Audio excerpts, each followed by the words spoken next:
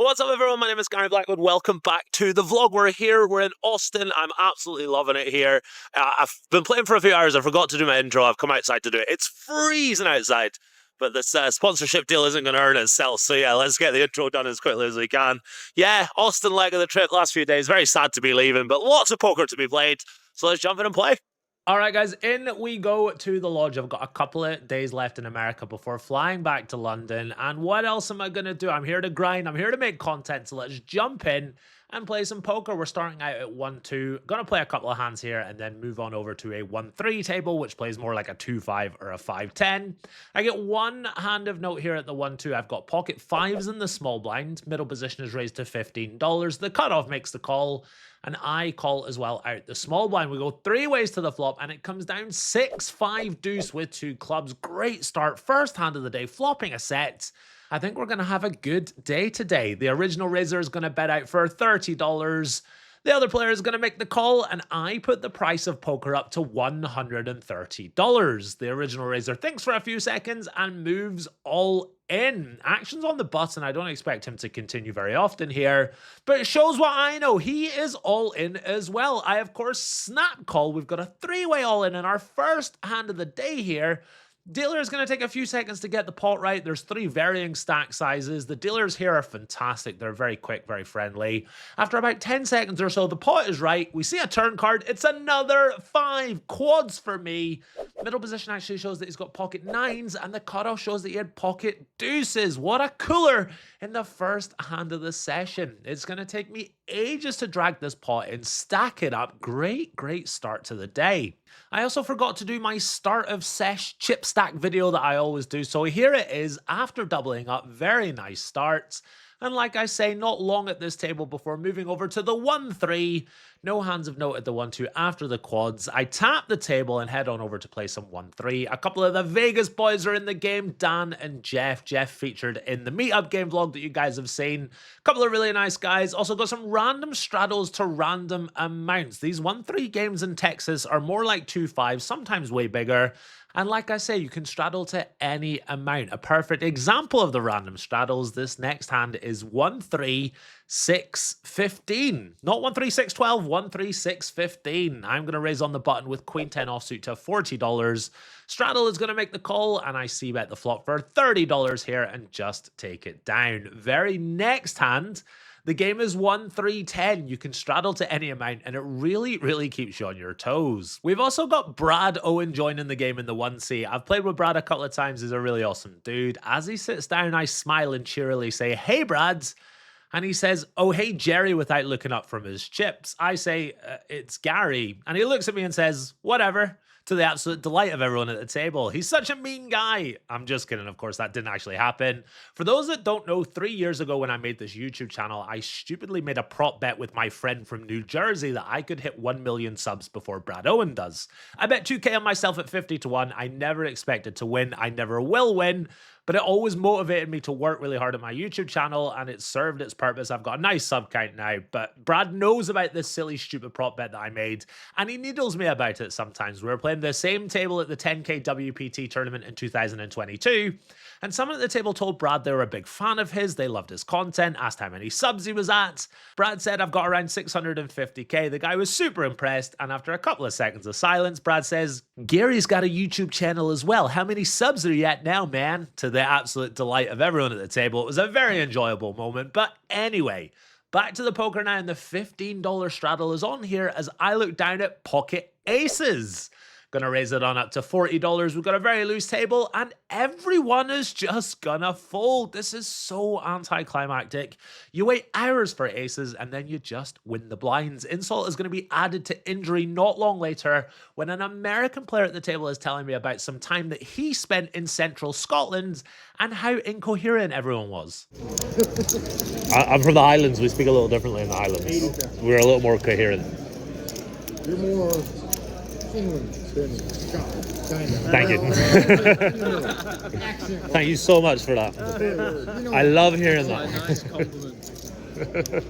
Note to my American friends, if you ever want to annoy a Scottish person, tell them that they sound English. Gonna go grab some dinner now and come back to the game about an hour or so later. Our next hand of note, I pick up King Queen offsuit in the big blind. There's been a raise to $15. 3 players make the call. I'm going to make it $80 to go here at the big blind, putting in a big squeeze. Cutoff is going to make the call, and then the small blind back jams $232 total. Kind of annoying, but he was the last player pre-flop to call, so how can he ever have a good hand here? I think we're going to be flipping really often, maybe like up against something like ace-5 or ace-6 or something like that. Plus, there's a bunch of dead money in there, so I just re-jam. We're $500 effective with the cutoff. I'm happy to see him just get out of the way. We're up against the small blind here, running it twice, and he is reluctant to show me his cards. Do you have anything? What do you got? Show me. I got 2 shitty cards. Okay, love it. I got superb flop. Superb flop. I got extremely superb. Is that you? Show me. Show me, show me, show me. Oh, baby. I can't win that. Yeah, I can't win that. Club.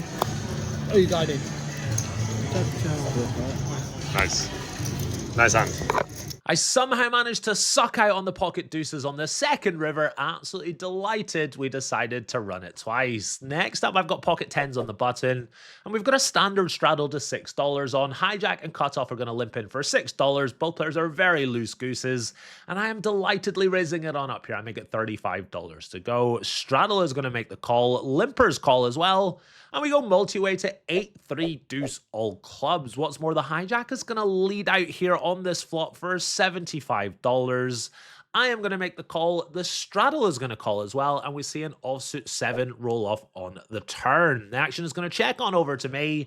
And I think I should bet here. I get to kind of buy my showdown, charge the 1 pair hands plus the naked club draws and stuff like that.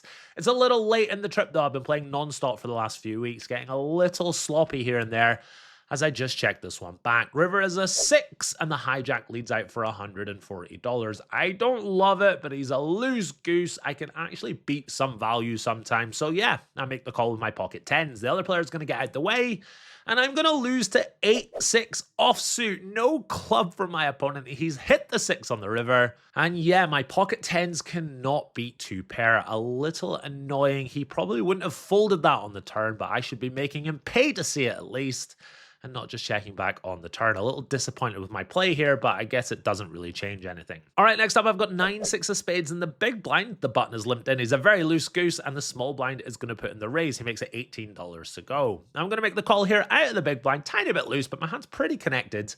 And sure enough, the loose goose on the button is going to make the call as well. We go 3 ways to the flop here. It comes down ace, 8, 5, rainbow. Small blind is going to check.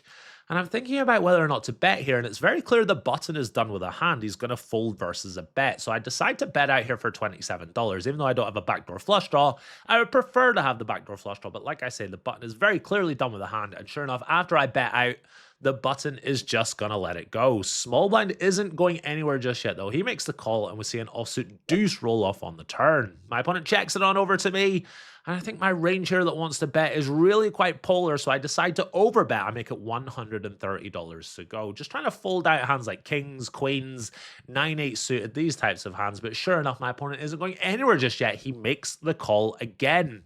Looking for some help here on the river, and I do make a pair, but is my pair of 6s ever good here? I think the answer is absolutely not. So when the small blind checks again, given I've got 2 pair blockers and straight blockers and stuff like that, I bet out for $375 here, putting max pressure on my opponent. My opponent has check called 2 streets. I don't think they've ever got 2 pair or better, so we're just trying to make top pair fold here, essentially, which is not normally a great strategy when you're playing live poker, but I've gone for it here. I bet $375. My opponent goes deep into the tank here, eventually tells me that he's got ace deuce, and I just don't believe him. He's really thinking over his options. Eventually, he does let it go, and he's asking to see my cards. I'm normally very bad at showing my cards way too much, but I'm proud of myself for silently mucking here. I tell him he's going to see it on the vlog. He doesn't find that charming at all, but yeah, getting this nice bluff through, I think it's a good river to continue barreling on. I've got a reasonable candidate to do it with, And I am up $1,000 for the day so far. It's been pretty smooth so far, just having a really good time, playing well, getting my bluffs through. It's just been a lot of fun. The game is going to go four-handed. There's another 1-3 that we'll merge with very soon. Not before we get one more hand in at this table. I've got pocket threes in the big blind, and the small blind has raised to $12. I am going to defend, of course, and we go heads up to the flop. It comes down king 10-3 with 2 diamonds. Great start here, flopping bottom sets. My opponent checks it on over to me, and it's double Broadway. I'm relatively polar when I bet here. I'm not betting a 10 or pocket 8s or anything like that. So I size all the way up to $31. My opponent thinks for a few seconds and then calls my flop over bet. We're going to go to a 6 turn. Absolutely nothing changes there. My opponent checks again, and I keep bombing it. I bet out for $118 here. Really, really big bet, but I want to charge the top pairs and the draws and things like that. After a few seconds, my opponent again makes the call. To the river we go. It's a really annoying jack of diamonds. Really annoying because obviously some straights and flushes get there, but I don't think my opponent is now going to call a river bet with a hand like king 6 or king 9 or something like that. My opponent checks it on over to me, and I make a really, really tight check back here. This could be disgustingly tight, but like I say, my opponent has allegedly just folded 2 pair, and it's really hard for him to call with worse here, so I do just check it on back. He actually turns over king 8 of clubs. He thinks he wins, and then I, of course, turn over my pocket threes, and he looks a little bemused. Maybe this is a really, really tight check back, but like I say, just really hard to get called by worse. We've got the best hand often enough, but really difficult to get called by worse here. The games are going to merge now. We're moving over to our new table. It's a full ring game, so it's going to be full. And first hand of note, I've got 7-Deuce offsuit in the small blind. Now, we're playing 1-3 with lots of crazy straddles, and we're playing the 7-Deuce game, but if you win with 7-Deuce, you get $10 from every player, which is really dumb considering we're playing a very deep, very straddly 1-3 game. In this hand, middle position is going to raise to $15. The cutoff is going to make the call, and I put in the raise. I make it $90 to go here with my 7-Deuce. Middle position is then going to 4-bet. He makes it $250 to go, and I am just going to let this go, and I'm going to tell myself, why have you just risked $90 to win $10 from everyone else at the table? No more forcing it with the 7-Deuce. If these guys want to play it, I'm just going to let them play it. We're getting deep into the night here. It's now 3 a.m., and I'm absolutely loving life here in Texas. I've got pocket 10s for this next hand in the cutoff. Middle position raises to $15. Low jack makes the call. High jack makes the call. And I put in the squeeze. I make it $90 to go. Middle position is going to make the call. High jack is going to call as well. We go multi-way to the flop, and it comes down ace, king, 10. I have flopped a set on a board where my opponents are going to have a lot of hands that can continue. So when it checks on over to me, I, of course, see bet here. I bet out for $100. Hijack is the only player to make the call. And we see a very annoying queen roll off on the turn. Don't love that. Completes all the straights. Now, of course, any jack makes a straight, and it's really hard for me to get called by worse. So when my opponent checks it on over to me, I decide to just check it on back. River is an offsuit deuce. Nothing changes.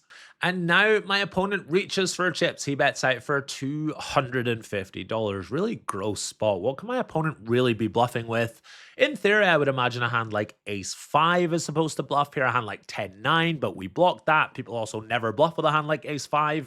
So I'm really not sure what to do. I've got a set, but on a 4-liner to a straight board. In the end, I decide, you know what?